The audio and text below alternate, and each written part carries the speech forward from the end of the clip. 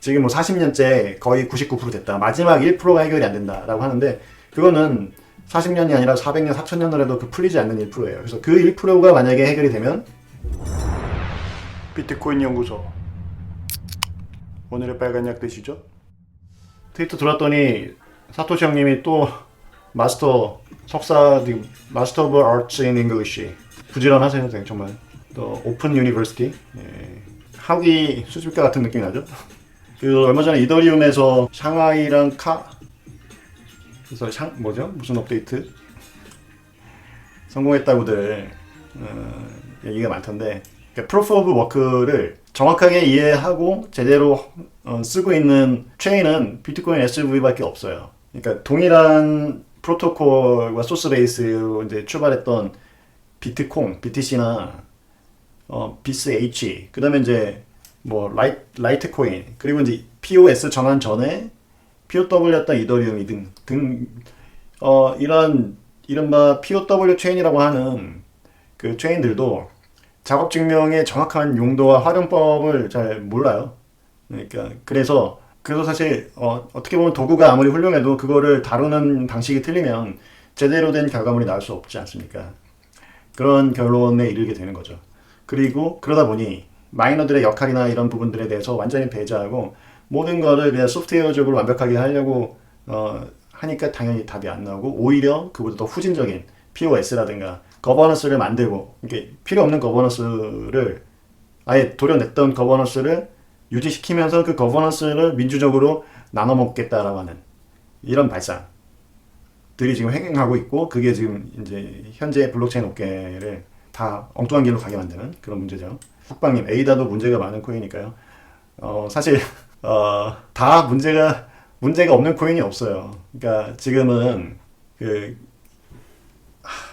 어떻게 말씀을 드려야 될까요?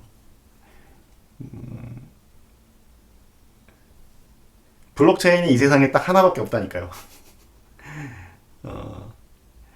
비트코인 SV 말고는 그쵸. 이를테면 총체적 난국이라기보다는 그냥 첫 단추가 잘못 낀 거예요. 그러니까 들어가는 첫 방향을 잘못 잡았던 거죠. 엉뚱한 길로 가고 있는 거예요. 목적지가 이렇게 여러분들이 소프트웨어 개발하는 개발자들이랑 같이 일을 해보면 이런 말이 있습니다. 아비트럼은 완벽하지 않아요. 그러니까 애초에 그 아비트럼이 그 이더리움 얘기하시는 거죠. 이더리움 저도 아비트럼 잘 모르는데 그럼 같이 한번 공부해 볼까요? 아비트럼이 뭡니까? 자, 챗GPT한테 한번 물어볼게요. 아비트럼이 뭐야? 이더리움 기반의 스마트 컨트랙트 플랫폼입니다. 이 플랫폼은 솔리디티 프로그래밍 언어를 사용하여 스마트 컨트랙트를 작성하고 실행할 수 있습니다. 아비트럼은 이더리움 가스 비용을 절감하고 스마트 컨트랙트 실행 속도를 높이기 위한 기술적인 개선을 제공합니다.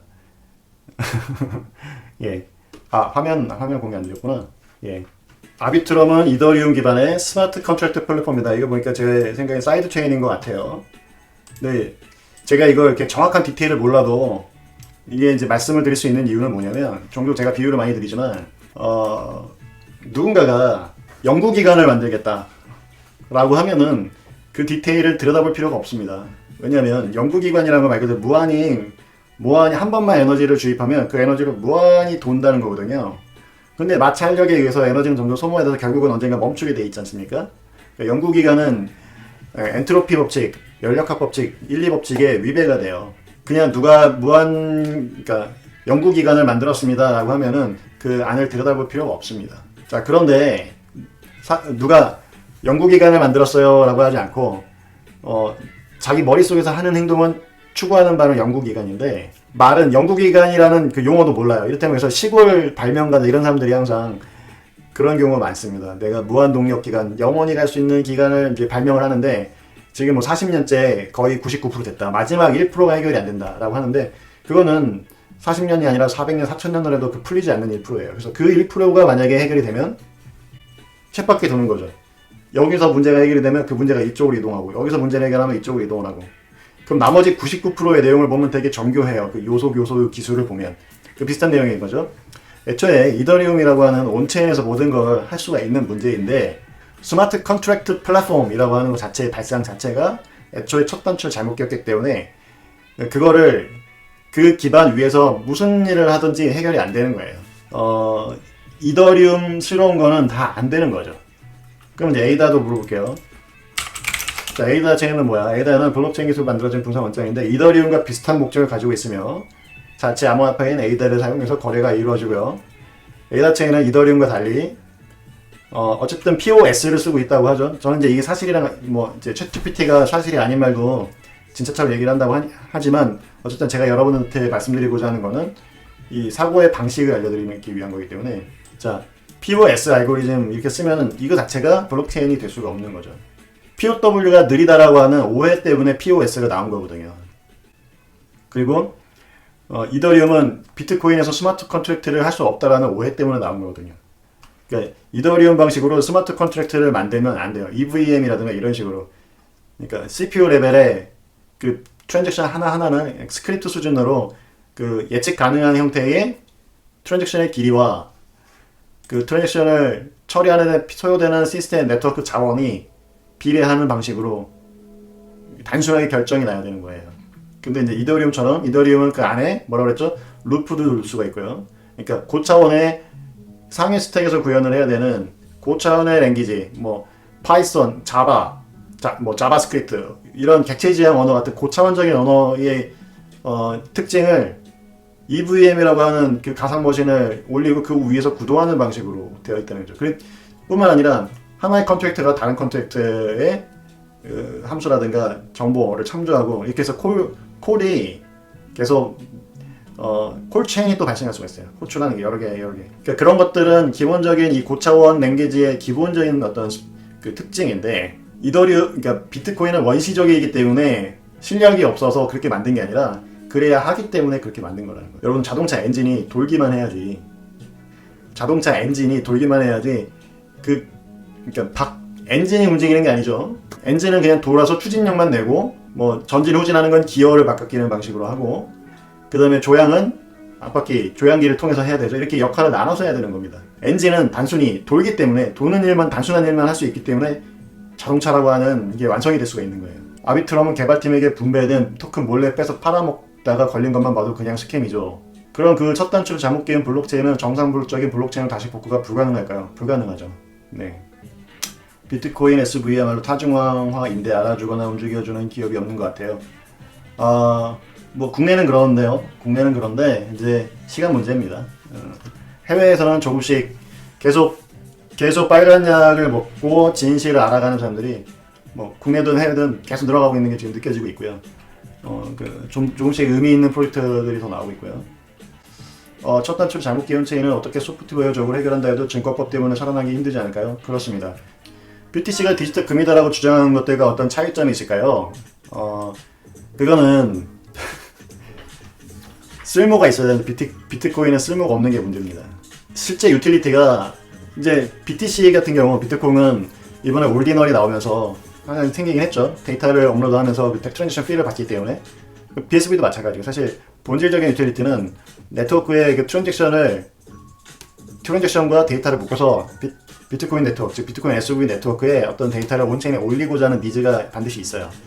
그 니즈가 경쟁하는 다른 방식보다 더 저렴하고 효율적이기 때문에 비트코인 SV에서는 그러한 니즈가 이제 계속 유지가 되는 거고요.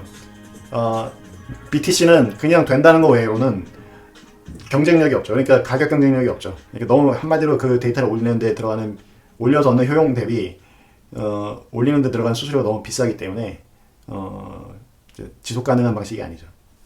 한정된 부동량이라는 속성 딱 하나? 그러니까 그것만 가지고는 안 됩니다. 그러니까 제가 목이 아파서 뱉은 가래도 유니크하죠. 예. 그러니까 유료 수요가 있어야 되는 거예요. 유료 수요가 경쟁력 있는 유료 수요가 있는 와중에 희소성이 있어야지. 희소성 자체가 밸류를 제공해주진 않죠. BSB를 어디다 보관하고 계신가요? 그런 거는 뭐 이제 투자하고 안전하게 보관하기 위해서 그런 질문을 하신 것 같은데 투자 관점이라고 하신다면 본인이 이해하시는 만큼만 투자를 하셔라. 그러니까 뭔가 어디에다 보관해야 될지 두렵고 걱정이 되는 수준이면 지금은 너무 많이 투자를 하고 계신 거예요. 마음이 편안해야 돼요. 그래야 투자입니다. 내가 이걸 어떻게 다루는지 모르겠다. 그러면 그거는 투자가 아니라 지금 투기를 하고 계신 거일 수도 있기 때문에 조심스럽게 말씀을 드리지만 일단은 그 투자를 하시기 전에 물량을 줄이시기 바라고요. 중앙화됐기 때문에 불편하다라고 하는 거는 네. 제 전 방송이나 스트림 방송 한번 보시면 도움이 될 것 같습니다. 그러니까 탈중앙화된 거래소니 탈중앙화 지갑이 안전하지가 않습니다. 지금 JS님 질문하신 내용은 미덥 때 제가 좀 더 전체적인 발표 내용 한번 전달드리면 좀 더 이해가 되시지 않을까 싶고요. 자, 좀 이어서 다시 말씀드릴게요. 자, 그래서 자, 1차 변경되면 뭐다? 증권이다.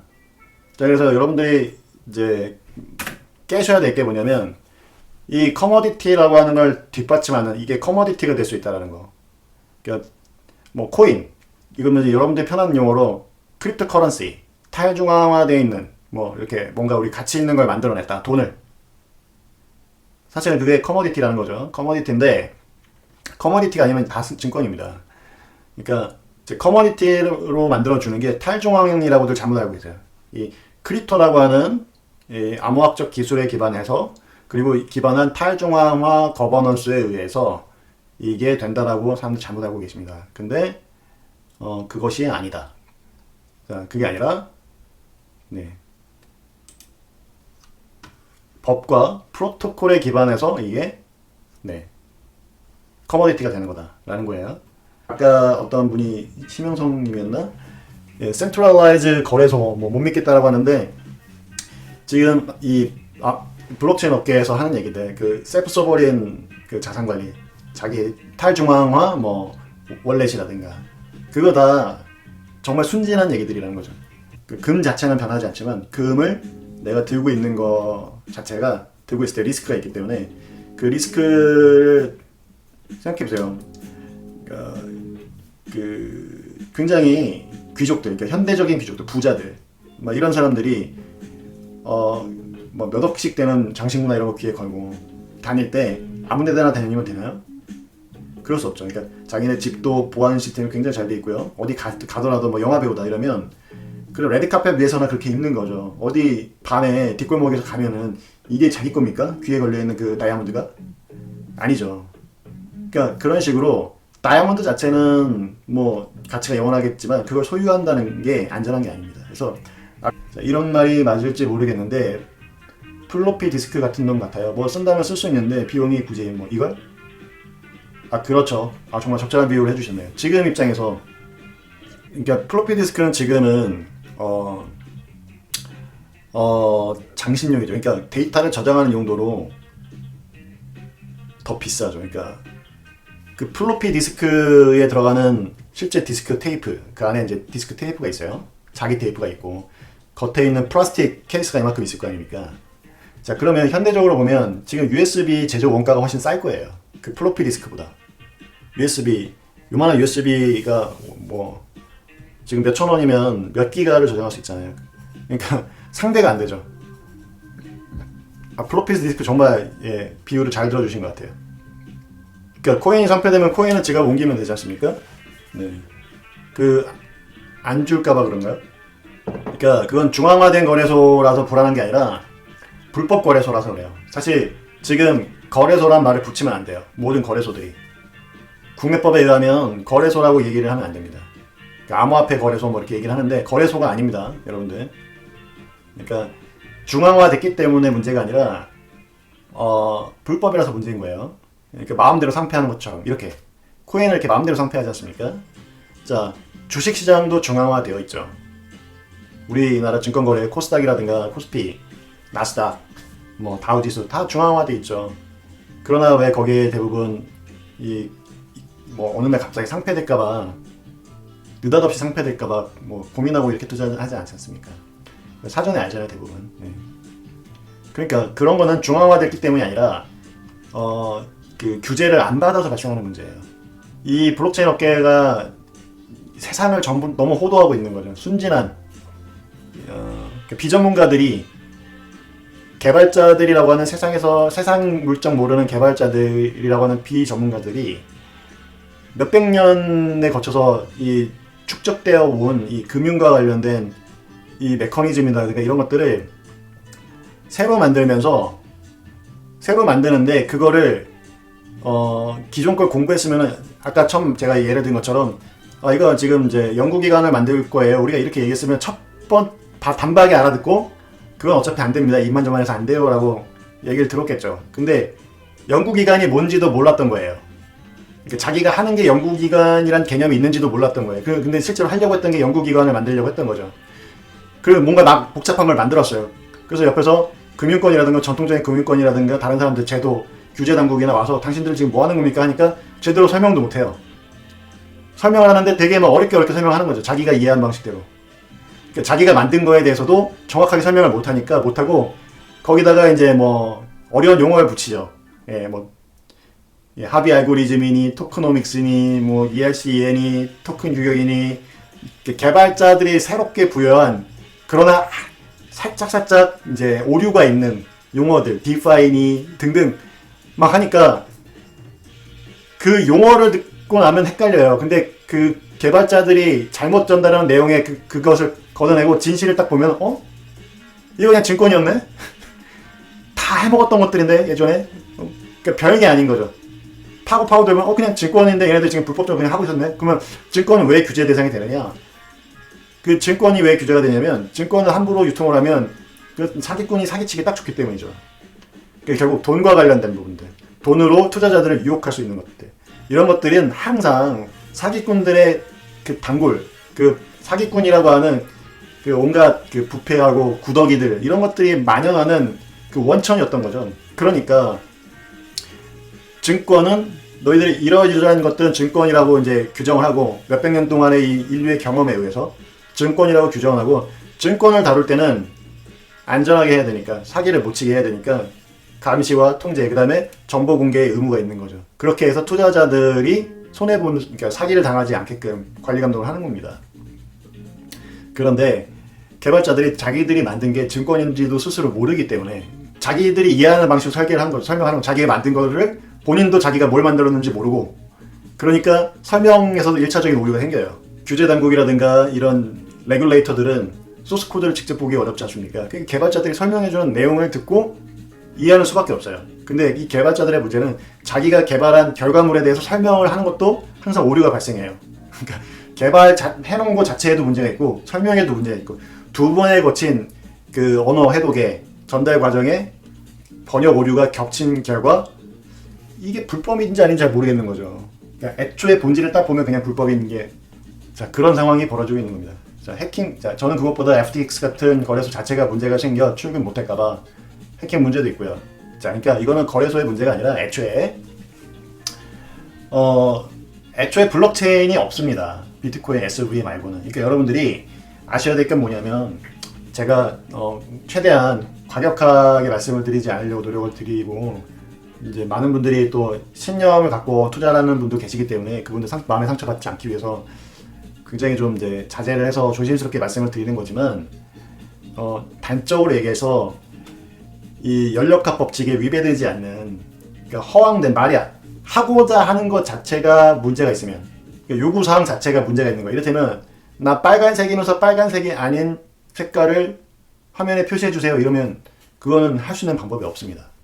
흔히들 개발자들은 소프트웨어로 뭐 프로그램으로 뭐 안 되는 게 없다라고 하죠. 안 되는 게 없는데 뭐냐면 말이 되는 거는 다 소프트웨어로 구현을 할 수 있다는 거. 말이 되는 거. 근데 말이 안 되는 거는 안 되는 거예요. 애초에 요구사항 자체가 앞뒤가 안 맞으면. 그래서 오리지널 비트코인, 즉 오리지널 비트코인 SV를 제외한 그러니까 심지어 비트코인 형제들, 그러니까 비트코인에서 가지치기로 나간 BTC, 비트코인 캐시, 라이트코인, 도지코인, 비트코인 골드 뭐 등등 다 통틀어서 지금 몇만 개가 되는 모든 프로젝트들이 중에 실질적인 블록체인이 하나도 없습니다. 하나도. 단 한 개도 없어요. 다 지금 연구기관을 만들고 있다. 다 뭐하고 있다? 물을 전기분해해서 얻은 수소와 산소를 태워서 그걸로 미래 에너지로 쓰겠다라고 얘기를 하고 있는 거예요. 근데 여기서의 문제는 뭐죠? 함정은? 문제는 뭐다? 함정은 뭐다? 그렇게 해서 태워서 얻는 열량보다 전기분해 하는데 들어가는 전기에 의해서 소비되는 에너지가 더 크다는 게 문제인 거죠. 그러니까 얻는 에너지보다 쓰는 에너지가 더 크다는 게 함정인 거예요. 다른 모든 one or nothing인 상황인 거죠, 현재. 자, 발행 주체가 있고, 최병욱님, 발행 주체가 있고, 발행해서 돈을 벌었고, 투자자를 모집하고 발행 주체가 개발 운영해서 시세 차익이 발생해서 금전적인 이득과 손해가 발생하는데 어떻게 증권이 아닐 수 있는지, 이 상황을 몇 년째 방치하고 있는지 이해가 안 됩니다. 그렇죠. 그 다음에 심영성님은 300년 가까운 종이 쪼가리와 그들의 감시와 거버넌스의 통제를 벗어나기 위해 나온 데이터인데, 그들에 맞춰 규제해버리고 그들에 맞게 통제되려고 하는데 최후의 결론은 어떻게 되는지. 그러니까 지금 심영성님은 전통 이 금융 시스템 자체의 문제를 해결하기 위해서 종이 쪼가리인 현금을 대신해서 실제 가치를 가진 돈이 나온 거다라고 말씀하시는 것 같은데, 그걸 오해하고 계시는 것 같아요. 디지털 골드는 법에 기반하지 않는 한 골드가 될 수가 없습니다. 그러니까 정말로 이게 약속이라서 그런 거예요. 트러스트 리스가 아니에요. 사회적으로 이 네트워크에 있는 사람들이 말 그대로 약속을 했기 때문에 가치가 생기는 거예요. 근데 그럼 약속은 뭐냐? 항상 내가 혼자 자기 자신과의 약속은 법적인 제재가 안 되죠. 근데 타인과의 약속은 항상 분쟁이 발생할 수 있어요. 약속을 안 지킬 수가 있거든요. 그 약속을 안 지키게 되면, 즉 결국 약속이라고 하는 건 계약이죠. 상대방이 있는 문제는 항상 사회적인 문제고, 사회적인 문제에서는 항상 분쟁이 발생할 수 있습니다. 내가 맞다, 네가 맞다, 네가 잘못했다, 아니다, 너가 잘못했다, 이런 문제가 발생할 수 있죠.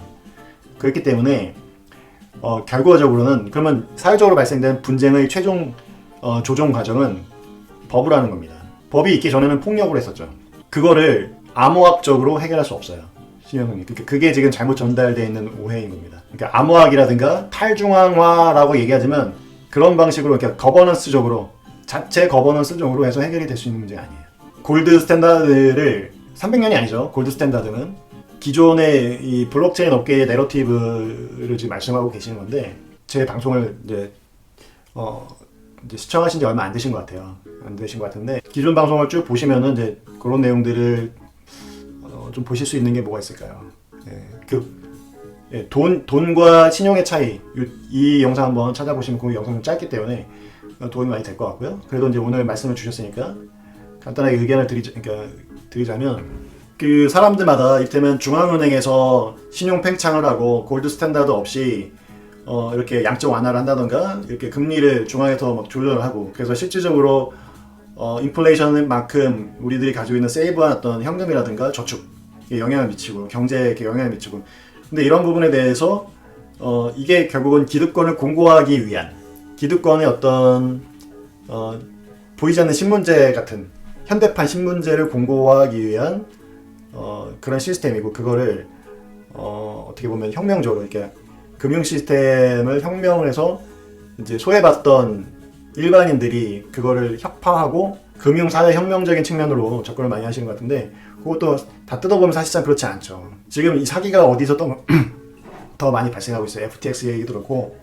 전통 금융이라든가 양적 완화라든가 중앙은행, 특히나 미국이 패권 전 세계의 어떤 기축 통화 역할을 한다던가, 그리고 자국 내 이슈로 다른 나라의 금리라든가 다른 나라의 경제 상황에도 영향을 미치고, 이런 것들이 문제가 아니라는 말씀을 드리는 게 아닙니다.